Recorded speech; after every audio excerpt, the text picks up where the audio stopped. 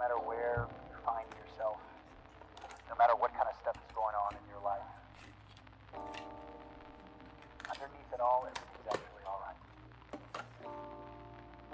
You're okay. You have more power than you might be giving yourself credit for. You have something that's going on in your life right now that's challenging, painful. It's just a reminder to take a little bit better care of yourself. You're worth it. You can have this feeling anytime you choose.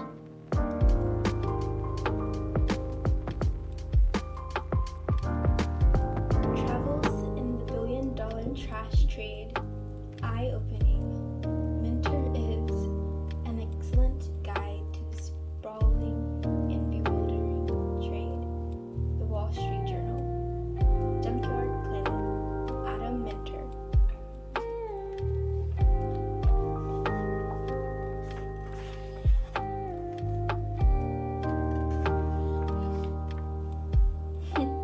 For my grandmother, Betty Zeman, she scrapped.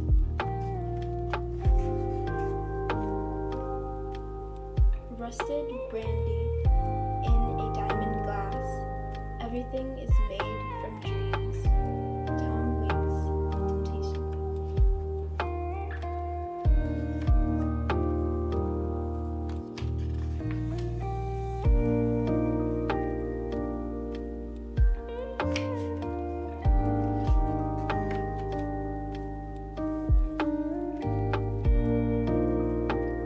A note on numbers. It's impossible to write a book about an industry without statistics. So this book includes statistics about the scrap industry. Some of those numbers were tabulated by governments, some by businesses, and some by individuals. Nonetheless, all but a few of these statistics should, at best, be considered estimates. As I will demonstrate through this book, the global recycling and refurbishment industry is a notoriously difficult business turned into clean data. In part, this is due to the nature of the product. Scrap is often a byproduct of something, garbage that is rarely counted in a precise manner, and in developing countries, it's rarely counted at all. In cases where scrap can be counted, say out of a shipping container, there are additional problems. For example, shipping containers filled with scrap metal often contain mixtures of many different metals, some of which have never been precisely tabulated. In addition, those mixed metal loads are often declared falsely to governments for the purpose of tax evasion. The practice is widespread enough to seriously impact the reliability of any and all scrap import and export statistics. Finally, readers will note that I rarely cite numbers tabulated by environmental organizations. Despite their widespread use and circulation in media, the reason is simple. Scrap recycling is a business, and the best data insofar as it exits comes from organizations actually involved in the collection, shipping, and disposition of recyclables. Introduction. A single strand of burned out Christmas tree lights weighs almost nothing in the hand, but a hay bale size block that weighs around 2,200 pounds, according to Raymond Lee, the fresh-faced but steely general manager of Yongchang Processing, a scrap metal processor in southern Chinese town of Xizhou. He would know. I am standing between him and 3 such bales, or 6,600 pounds of Christmas tree lights that Americans toss into recycling bins, or dropped off at Salvation Army, or sold to someone in a we-buy junk truck. Eventually, they found their way scrapyard that press them into a cube and ship them off to Raymond Lee's Christmas tree light recycling factory. Raymond is anxiously showing me how it works. But first off, he needs to tell me that though 6,600 pounds might seem like a large volume of American Christmas tree lights to find in a small Chinese village, it isn't. Mid-November is actually low season for buying imported old Christmas tree lights. High season starts after the New Year and reaches its peak in the spring when Americans in northern states start to empty their homes and garbages of the pesky tangles. Those who take them to the local recycling center or sell them to the local scrapyard most likely have no idea where they're going next. But I do. Right here to Shaojiao, China. Population, maybe 20,000.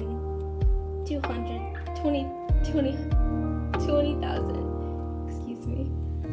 Raymond Lee tells me that his company recycles about 2.2 million pounds of imported Christmas tree lights per year. He estimates that Shijiao is home to at least 9 other factories that import and process similar volumes. That's 20 million pounds annually, conservatively estimated. How did anonymous village in southern China become the Christmas tree light recycling capital of the world? Here's one answer. Shijiao is within driving distance of thousands of factories that need copper to make things like wires, power cords, and smartphones. Those factories have a choice. They can use copper mined in far-off, environmentally sensitive places like the Brazilian Amazon, or alternatively, they can use copper mined from imported Christmas tree lights in Shijiao. But Raymond's answer as to how Shijiao achieved its odd status is much simpler. People wanted to make money, he says softly, his distant gaze pointed away from me. That's all. Raymond knows the history as well as anyone, and he tells it quickly, with no adornment. In the early 1990s, economic opportunities were limited in Shijiao. You either farmed or you left. The area lacked decent roads, an educated workforce, or raw materials. All it really had was space. Vast, remote space. And as it happens, remote space, a box of matches, and some fuel are all you need to extract copper from a pile of old Christmas tree lights. Just dose the wire, set it on fire, and try not to breathe the fumes as the insulation burns off. Raymond leads me into a cramped office where cloudy windows face Yongcheng processing factory's floor. I'm offered a seat on a dusty leather sofa. Taking the seat to my right is cousin Ya, brother to Raymond's wife, Yao Yi, who is settled across from me. Low-key Raymond, native of Shaojiao, takes a seat beside his wife. It's a family business, they tell me, and everyone helps out. I glance out the window of the factory floor, but from the sofa's low vantage point, I can't see past the additional piles of scrap wire, not Christmas tree lights, worth tens of thousands of dollars that Raymond imported a few days ago. If Raymond felt like it, his flush enough to buy millions of dollars worth of U.S. scrap metal per month. That may seem like a large number, but really, it's not. The global recycling industry turns over as much as 500 billion annually, roughly equal to the GDP of Norway, and employs more people than any other industry in the Guangdong province. That the de facto headquarters of China's recycling industry he has many peers. We chat more about the history of Shijiao, its wire recyclers, and how it's changed the lives of thousands of former farmers. Then, our birthday cousin Yao announces that he received a degree in engineering from a top university. Rather than join a traditional manufacturer, he says he returned to Shijiao to join Raymond's scrap business. He could have gone anywhere. He could have done other things. China, after all, doesn't lack opportunities for engineers. But cousin Yao knows a better opportunity when he sees one, and scrap metal was that opportunity. As he and Raymond see it, China's economy is expanding quickly, and its government, planners, and businessmen are desperate to find copper, steel, paper, pulp, and other raw materials to feed factories that drive the growth. Copper mines are great, but Raymond and his family don't have the money or the connections to open a copper mine. Then again, why would they want to do that when there is endless supplies of perfectly recyclable and reusable copper worth billions available in junkyards and recycling bins of America? Raymond lights a cigarette and explains that he didn't have cousin Yao's choices. 15 years ago, he was 27 and working as a laborer in a dead-end job at a paint and chemical factory. I wanted to be rich, he said. So I joined the scrap business. His wife family was already engaged in scrapping on a small scale. They know how and where to get recyclable scrap, and better yet, they knew the potential that foreign throwaways have to make a family rich, much richer than rice farmers, storekeepers, and office workers. Since Raymond's fateful decision, China's raw material needs have grown, and so has Raymond's business. Take, for example, China's demand for oil. As of late 2009, visitors to Shijiao were confronted with clouds of black smoke churning off giant piles of burning wire. Not just Christmas tree wire either. The rubber insulation was worthless. Back then, it was copper that everyone wanted. And burning was the quickest way to liberate it. Then, something important happened. Chinese started buying cars, driving up the prices of oil, and things made from oil, like plastic used to insulate Christmas tree lights. As the price of plastic rose, Chinese manufacturers started looking for alternatives to virgin plastic from oil. The most obvious solution was the cheapest instant burning plastic off copper wire. Figure out a way to strip and recover it for reuse. Wire insulation isn't the higher quality plastic, but it's good enough to make a simple product like slipper soles. These days, the biggest customer for Raymond's Christmas tree insulation are slipper sole manufacturers. Of course, getting from Christmas tree lights to slipper soles isn't easy or obvious. It took cousin Yao more than a year of tinkering and testing to get Young Chung's Christmas tree light recycling system right. I look around the room and ask whether I might see it. Raymond nods, and we walk out to the factory floor.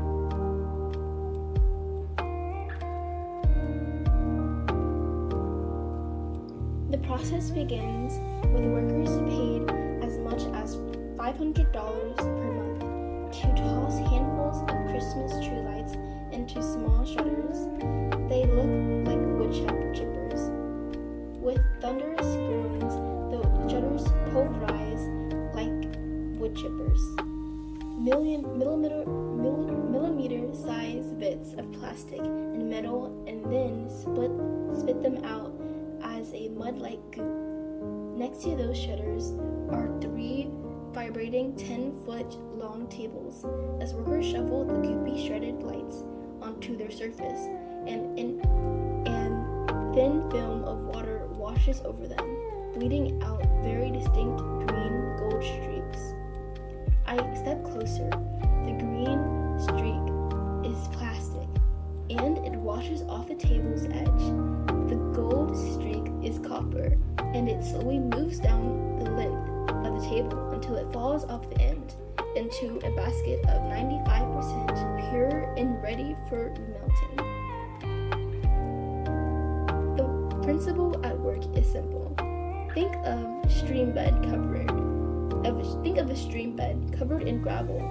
A flowing current will pick up the smaller pieces and carry them downstream quickly, while the bigger piece, the rocks, will stay in place, only occasionally moving. The same physics is at work on Raymond's tables, only it's not gravel that's carried away, it's Christmas tree light installation. Recycling. A generation of Americans defines it as the act of sorting cans from bottles, from cardboard to newspapers, and settling them out on the curbside or down the trash room for somebody to pick up. It's an act of faith. A bed of a local recycling company or trash collector is as committed to doing the environmental sound thing as the person who sorted the recyclables in the first place. But what is that right thing? And is it really recycling if you carefully sorted newspapers, cans, and bottles that are shipped off to Asia? Definitions are important, and from the standpoint of the recycling industry, what most Americans think as recycling is actually more akin to harvesting. That is, a home recycler harvests cardboard from trash and other recyclables, and a paper mill recycles that use cardboard into new cardboard. Recycling is what happens after the recycling bin leaves your curb. Home recycling, which you most likely do, is just the first step. Nonetheless, it's a key step. No machine can harvest recyclables from your trash as cheaply and effectively as you can. In fact, compared to harvesting, the actual recycling is often the easier part. After all, the process by which old paper is transformed into new paper is centuries old. Turning old computers into new ones is more difficult, but only because the machines are complicated to pull apart. But harvesting enough paper to make paper mill run, that's difficult. Finding enough computers to justify opening a computer reuse or recycling business, that might be even harder. This book aims to explain why the hidden world of globalized recycling and reclamation is the most logical and greenest endpoint in the long chain that begins with the harvest in your home recycling bin or down at the local dump. There are few moral certainties here, but there is a guarantee. If what you toss into the recycling bin can be used in some way, the international scrap recycling business will manage to deliver it to the person or company who can do so most profitably. Usually, but not always, the profitable option is going to be the most sustainable one. To be sure, not every recycler is an environmentalist, and not every recycling facility is the sort of place you'd want to take a kindergartner for a field trip. But in an age of conspicuous consumption, the global recycling business is taking on the burden of cleaning up what you don't want and turning it into something you can't wait to buy. In the pages to follow, I'll tell the story of how the very simplest of human activities, reusing the object, evolved into an international business that has helped play a key role in the globalization of the world economy over the last 3 decades. It's a murky story, obscure even to those who can very much think about what happens to what they toss into the recycling bins. Like in most stories, there are at least partly hidden from view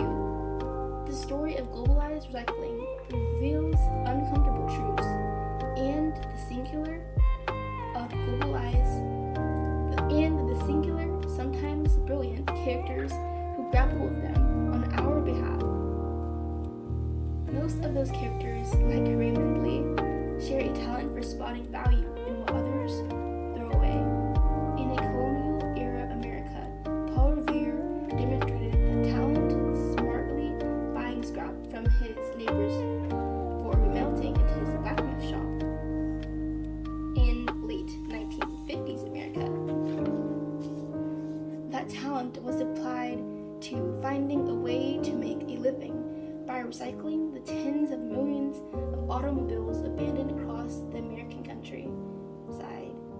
Today, it's a talent of being applied to recycling, to the rare and valuable elements buried inside smartphones, computers, and other elements, tech devices that middle-class people throw away, like candy wrappers.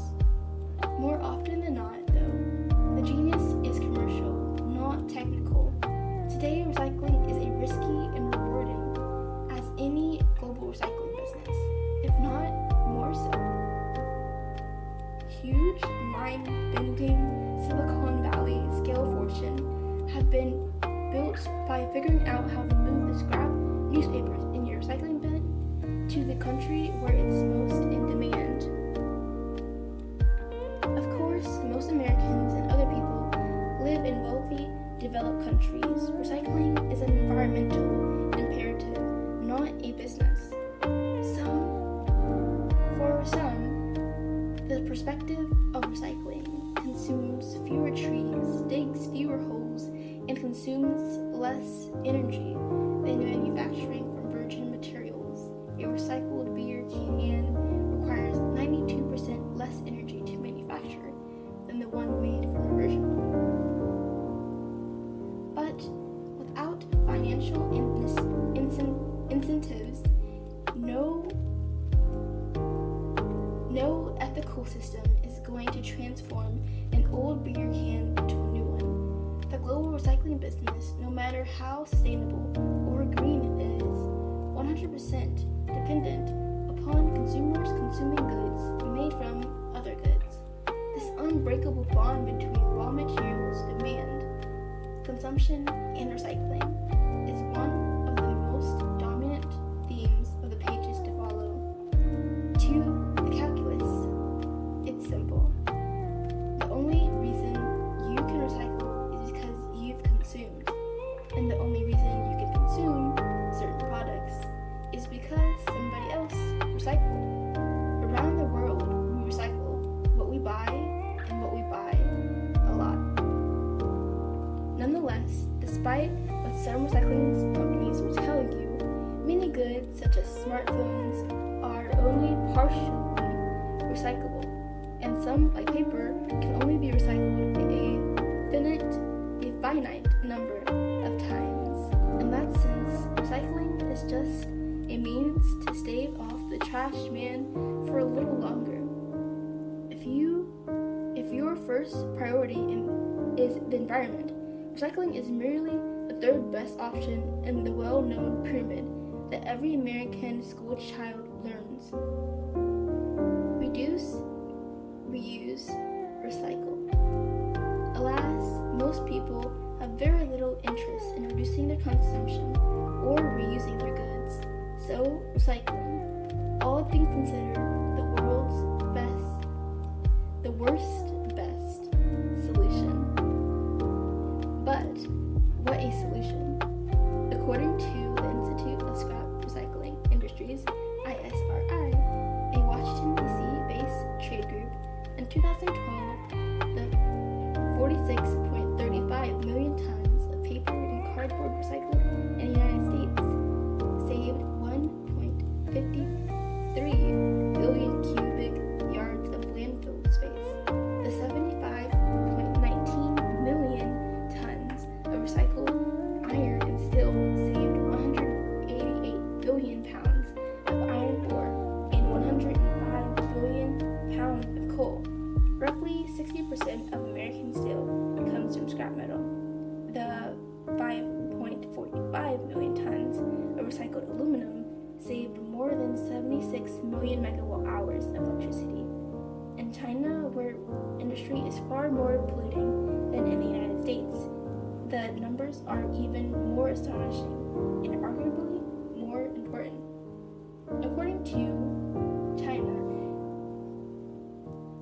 According to the China Non-Ferrous Metal Industry Association, recycling of metals, not including iron and steel, between 2001 and 2011 saved China 110 million tons of coal, and the need to excavate 9 billion tons of ore. During that same decade, China's devotion to recycled aluminum prevented 552 million tons of carbon dioxide from being released into the country's notoriously polluted skies. Today, China is the world's biggest consumer of copper, and fully 50% of its copper needs come from recycling. Where there's a recycling industry, and it's everywhere, there are examples like these covering every type of recycled good, clothing to car batteries. If this book succeeds, it won't necessarily convince you to embrace the oft-gritty reality of recycling industries, but it will certainly help you to understand why junkyards look like they look, and why that's not such a bad thing. In my experience, the worst, dirtiest recycling is still better than the very best clear-cut forest or the most up-to-date open pit mine. Notably, there are no blue or green recycling bins at Raymond Lee's Yangtang processing. No poster encouraging people to reduce, reuse, recycle. No cardboard boxes filled with used office paper next to copy machines. It's a tough factory in a tough industrial town, cut from ancient farm fields and staffed by migrant laborers looking for a better life. Superficially, at least, it doesn't seem to have much to do with the neatly sorted cans, bottles, and newspapers so many Americans set onto curbsides or carefully stored into the trash rooms of their apartments, co-ops, and condos. It's important to keep in mind Raymond Lee's success isn't about exploitation any more than an American junkyard exploits its employees. Rather, Raymond Lee is an opportunist who long ago recognized a simple fact: China's development into what will soon be the world's largest economy created an appetite that can only be filled by importing scrap metal, paper, plastic. If China didn't import those resources, it'd have to dig and drill for them. As I stand in Raymond Lee's factory watching his employees mine copper from Christmas tree lights, the question that immediately comes to mind is, why can't somebody recycle Christmas tree lights in the United States? The reason, as I've learned over a decade visiting recycling factories all over the world, isn't technology. Raymond Lee's water table is just a fancier version of the pan and gold prospectors once used to separate gold nuggets from gravel. Rather, the issue is business. As of 2012, fast-growing China accounted for 43.1% of total copper demand. Meanwhile, the slow-growing United States accounted for only 8.5%. That's the difference between country China that has a growing middle class and lots of buildings and infrastructure yet to build, and the United States, where incomes have stagnated and infrastructure spending peaked decades ago. If you're building a copper factory somewhere in the world these days, it's likely in China. If you're building a recycling plant, the world these days, it's likely you're building a recycling plant to feed the copper factory, it might as well be in Shijiao. But that doesn't mean there's no hope for recycling in the United States. In fact, US manufacturers, second only to China in total output, still use roughly 2/3 of the recycling materials that are generated within the US borders. And the problem, if you care to view it as a problem, is that Americans don't just buy US-made products, they also import vast amounts of manufactured merchandise. The result is an American economy that consumes and throws away much more than what is manufactured at home. The excess recyclable waste has to go somewhere. Export is one option, the landfill another. Thus, it should come as no surprise to anyone that China is both the largest exporter of new goods to the United States and the largest importer of American recycling. The story told here explains how China became America's recycling export destination of choice, and why that's mostly a good thing for the environment. After all, China and other developing countries are willing and able to recycle what the American recycling industry won't or can't recycle on its own. Christmas tree lights are just one of minor examples. When China stops buying American recyclables, those recyclables start to flow into landfills. It happened on a large scale in 2008, when Chinese factories shut down in the wake of the global financial crisis. As a result, much of this book takes place in the United States and China, but not exclusively. So, the global recycling industry is truly global, and so the narrative to follow touches on many countries, especially in the developing world. The recycling and reclamation industry predates globalization. Indeed, it's as old as the first time somebody beat a sword into a plowshare and then tried to sell the plowshare. One reason is that recycling is easy, a business that anybody can do. In the developing world, recycling bottle or can from the waste bin is one of few entrepreneurial opportunities available to people without capital. The negative consequences of the industry, pollution, threats to the health and safety, are real, but compared to the alternatives, a return to subsistence farming and inability to pay school fees are often accepted as fair if unpleasant trade-offs. For recyclers in the wealthy developed world, these kinds of trade-offs are unimaginable, but in India, in southern China, in lower income parts of Los Angeles, they're far less important than the pursuit of good nutrition, safe food, clean air, and clean water. Under such circumstances, recycling somebody else's garbage isn't always the worst thing. In the pages to follow, I'll explore those trade-offs. The recycling business covers as many sectors as there are things that people consume and throw away. Over the course of a decade, reporting on the industry, I'll visit businesses devoted to the buying, selling, and recycling of metal, paper, plastic, oil, and textiles.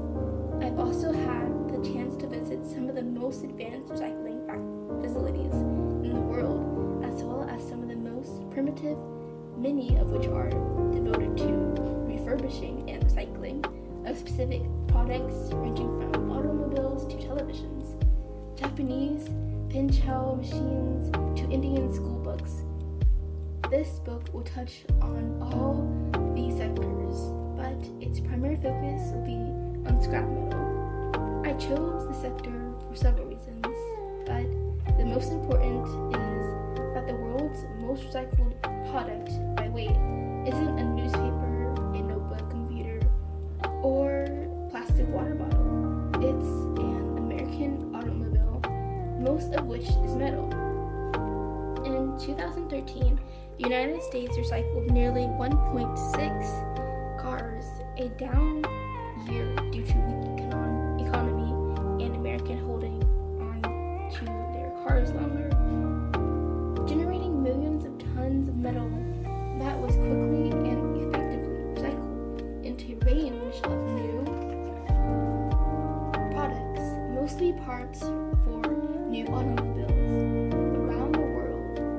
Unlike newspapers, Coke cans, and repeaters, automobiles rarely end up in landfills. Instead, they almost always end up in recycling facilities, giving automobiles a nearly 100% recycling rate, something that no other product approaches. For example, in the United States and Europe, a relatively paltry 65% of paper and cardboard is recycled. That wasn't always the case. As I'll document in this book's later chapters, only 50 years ago, automobiles were almost impossible to recycle. And as a result, millions abandoned car bodies cluttered and polluted American cities and the U.S.'s countryside. Collectively, they formed one of the most serious environmental crises in the United States. And then, due to the scrapyard innovation, the problem was solved. Today, the methods and means by which the United States solved its abandoned car problem are being adopted by China and other developing countries with eager car buyers. My focus on scrap metal is also intended to be an expansion on the decision and discussion of recycling beyond the home recycling bin, all the while emphasizing that the means and markets used to recycle the contents of the home recycling bin are the same ones that apply to the sloppy jalopy being towed into a local junkyard. In fact, statistically speaking, the volume of recyclables harvested in the United States homes and offices is often just a small percentage of what's harvested in total in America. Take, for example, aluminum. In 2012, according to the U.S. Environmental Protection Agency's most recent data, Americans harvested 710,000 tons of aluminum from their home and office waste, most in the form of beer and soda cans. That might sound like a lot, and it is, but in fact, it's just 26.1% of the total aluminum scrap harvested in the United States that year. The rest, the other 2.72 million tons, according to data from ISRI, was harvested from factories, mines, and farms, from power lines, automobiles, old machines, and countless other sources that have nothing to do with home or office recycling bins. To understand why and where aluminum in your recycling bin goes, you'll need to understand where all of that other aluminum goes to. Finally, I focus on metal for a reason personal. I am the son of an American scrapyard owner. That business is still operating modestly in North Minneapolis, and the industry operating all over the world inform my outlook on life in fundamental ways that I'll discuss throughout this book. The story you are about to read is, in part, my story and adventure, whereby a small-time scrapyard kid left home and hitched a ride on all the junk his family was sending to Asia. The last point underlines something that should already be obvious. I love what my grandmother called the junk business. Some of my earliest and happiest memories are of wandering among the family junk inventory, often with my grandmother, finding treasures. When